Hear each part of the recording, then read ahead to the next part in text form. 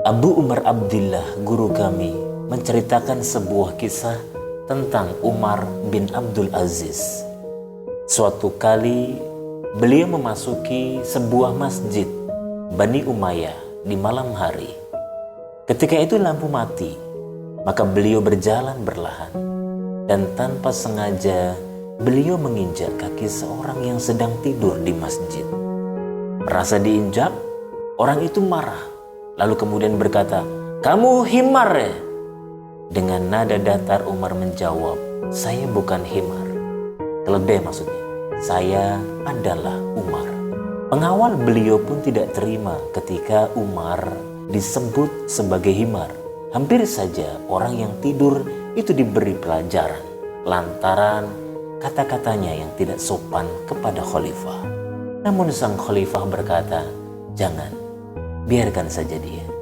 Pengawalnya berkata, "Tapi dia telah mengatai Anda dengan keledai, wahai Amirul Mukminin." Kemudian sang khalifah menjawab, "Tidak, dia tidak mengatakan saya keledai. Dia hanya bertanya, apakah saya himar? Dan saya sudah menjawab, bukan, saya Umar." Selesai sudah. Begitulah sebuah kisah yang menggambarkan Umar bin Abdul Aziz, sebuah contoh pribadi yang tidak mau didikte oleh perlakuan orang lain. Mari bandingkan dengan diri kita. Berapa sering kita jengkel di luar, dilampiaskan di dalam rumah, atau hanya karena sindiran teman, kita balik menyerang dengan membuka aib orang. Itu artinya perbuatan kita masih didikte oleh perlakuan orang lain kepada kita. Sadarkah kita bahwa siapapun yang pernah berinteraksi dengan kita, semuanya adalah ujian bagi kita, sebagaimana kita juga menjadi ujian bagi mereka. Sungguh bahwa setiap orang akan diuji dengan keberadaan orang lain. Orang kaya diuji dengan keberadaan orang miskin. Begitu juga sebaliknya.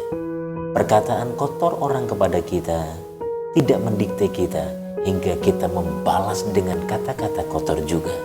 Kita memilih fal yakul khairun au liyasmut, berkata baik atau lebih baik diam. Inilah bukti kuatnya iman kita kepada Allah.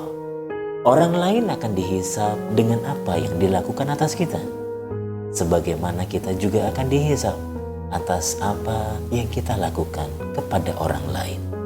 Maka fokus dengan apa yang ada di sisi Allah, membuat kita tidak terpancing melakukan dosa dengan sebab perlakuan orang lain kepada kita.